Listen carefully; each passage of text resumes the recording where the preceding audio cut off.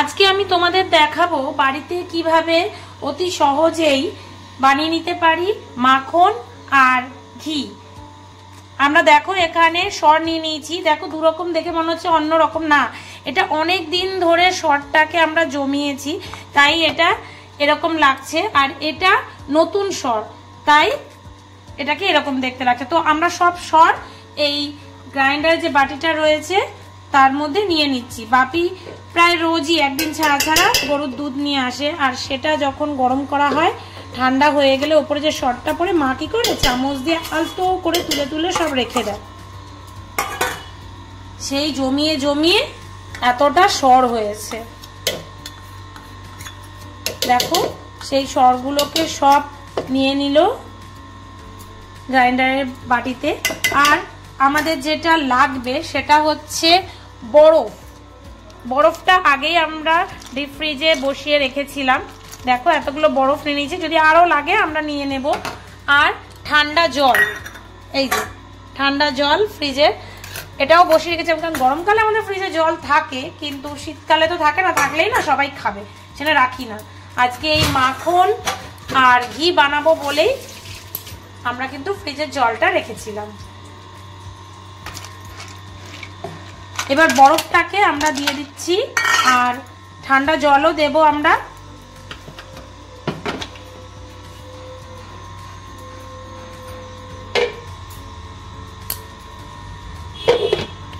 ঢাকনা দিয়ে আগে চালিয়ে নিচ্ছি কিছুক্ষণ, বরফগুলো ক্র্যাশ হয়ে যাবে, তারপরে লাগলে আমরা ঠান্ডা জলটা দেব।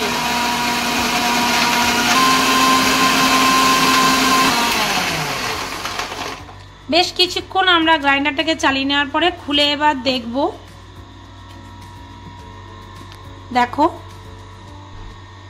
এটা কিন্তু বেশ খানিকক্ষণই করতে হবে, এরকম বন্ধ করতে হবে, চালাতে হবে। আমরা এবার একটু ঠান্ডা জল দিচ্ছি, আমাদের সমস্ত বরফগুলো ক্রাশ হয়ে গেছে, এর মধ্যে একটু ঠান্ডা জল লাগবে তাই আমরা দিচ্ছি।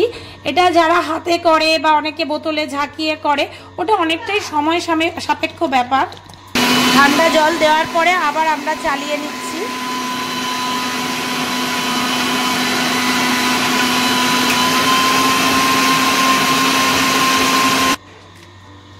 জল দিয়ে অনেকক্ষণ চালিয়ে নেওয়ার পরে দেখো এবার আমরা খুলে দেখছি, একটা চামচের সাহায্যে আমরা নাড়িয়ে নাড়িয়ে দেখবো, এখনো হয়নি, এখনো অনেকটাই বাকি। এটা অনেকটা সময় সাপেক্ষ ব্যাপার জানো তো, আর হাতে করলে এটা আরো টাইম লাগে, সেই জন্য গ্রাইন্ডারে আমরা করছি। দেখো বেশ কয়েক মিনিট চালানোর পরে আস্তে আস্তে এবার হতে শুরু করছে, এখনো কিন্তু আরো হবে, এটা জল কেটে যাবে সাইডে, মানে বেশ শক্ত শক্ত থোকা থোকা লেগে থাকবে। এটা এখন ক্রিমি টেক্সচারটা চলে এসছে, আবার আমরা করব।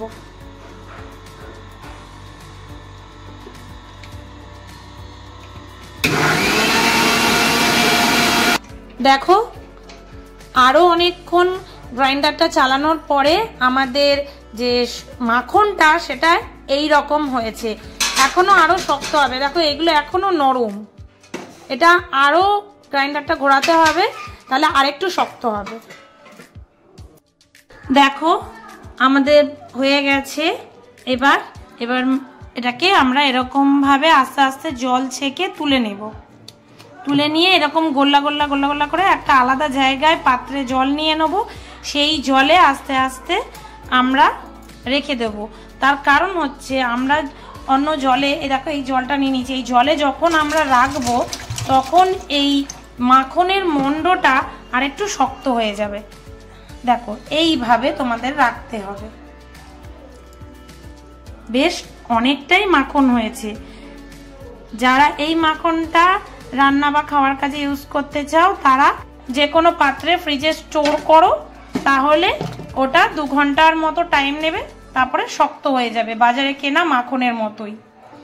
আমরা এখান থেকে ঘি বানাবো তাই আগে মাখনটাকে এখানটায় তুলে নিচ্ছি জলে, এখনো আরো রয়েছে। দেখো আমাদের ওই সর দিয়ে বেশ অনেকটাই মাখন বেরিয়েছে, জলে ডুবিয়ে রাখার জন্য আমাদের মাখনগুলো আরো কত শক্ত হয়ে গেছে।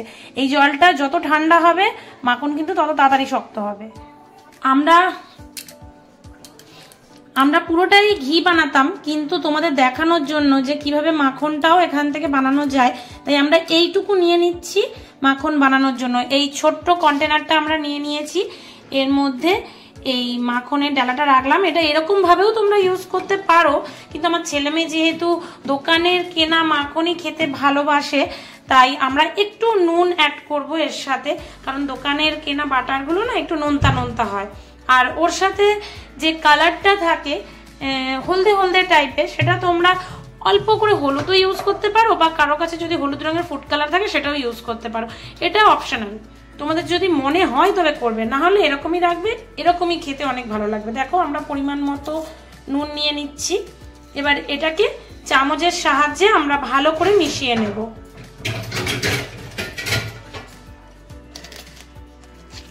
এই দেখো ভালো করে নুনটাকে এই মাখনের সাথে মিশিয়ে নিচ্ছি। আমি কিন্তু আবারও বলছি, নুন না দিয়েও তোমরা রাখতে পারো। ভালো করে মিশিয়ে নিয়ে ভালো করে চেপে চেপে চেপে চেপে একটা আকার দিচ্ছি যাতে দেখতে ভালো লাগে। এবার এটাকে আমরা ফ্রিজে নরমালে রাখবো 2 ঘন্টা, তাতেই দেখবে একদম বাজারে কেনা বাটারের মতো শক্ত হয়ে যাবে। রেডি হয়ে গেছে দেখো আমাদের বাটার। এবার এটাকে আমরা ঢাকনা দিয়ে ফ্রিজে স্টোর করে নেব। আর এরপরের স্টেপে তোমাদেরকে দেখাচ্ছি ঘি কিভাবে বানাবো। ঘি বানানোর জন্য আমরা এই ননস্টিকের কড়াটা নিয়ে নিয়েছি। এবার আমরা মাখনের যে মন্ডগুলো ছিল সেগুলোকে আমরা কড়ার মধ্যে এইরকম ভাবে রেখে দিচ্ছি। তারপর আমরা ওভেনটা জ্বালাবো। এবার আমরা ওভেনটাকে জ্বালিয়ে নিয়ে কড়াটাকে বসিয়ে দিলাম।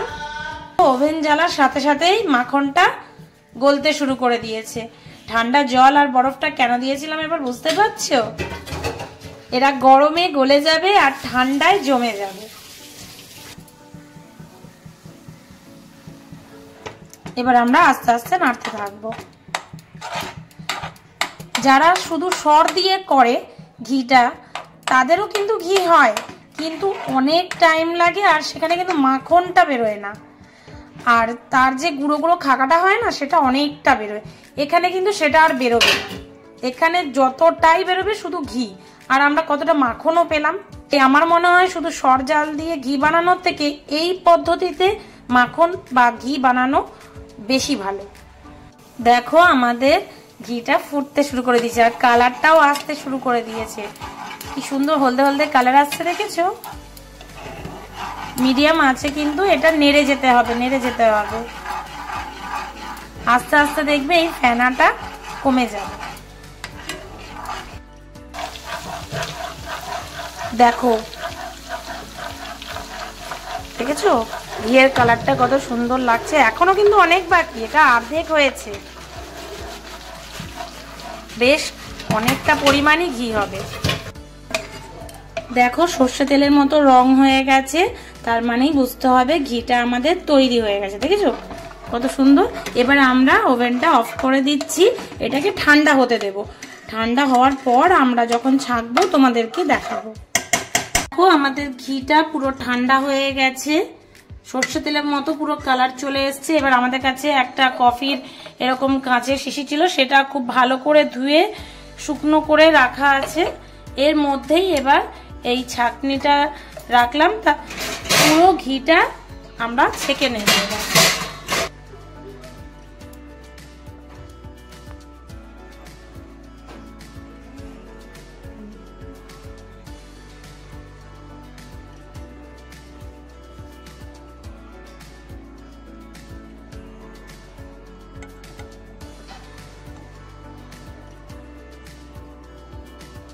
দেখো পুরো ঘিটা আমরা ছেঁকে নিয়েছি। আর এই যে যেটা নিচে পড়ে রয়েছে থিতিয়ে, এইটুকুই শুধু খাকা বেরিয়েছে। আর যদি পুরো শর্টটা দিয়ে আমরা করতাম তাহলে অনেকটা বেরোতো। দেখো আমরা ঘিটাকে পুরো ঢেলে নিয়েছি। কতটা ঘি হয়েছে আমি দেখাচ্ছি তোমাদেরকে। দেখো অনেকটাই ঘি হয়েছে। এইভাবে তোমরাও বানিয়ে নিতে পারো অতি সহজে বাড়িতে ঘি আর মাখন।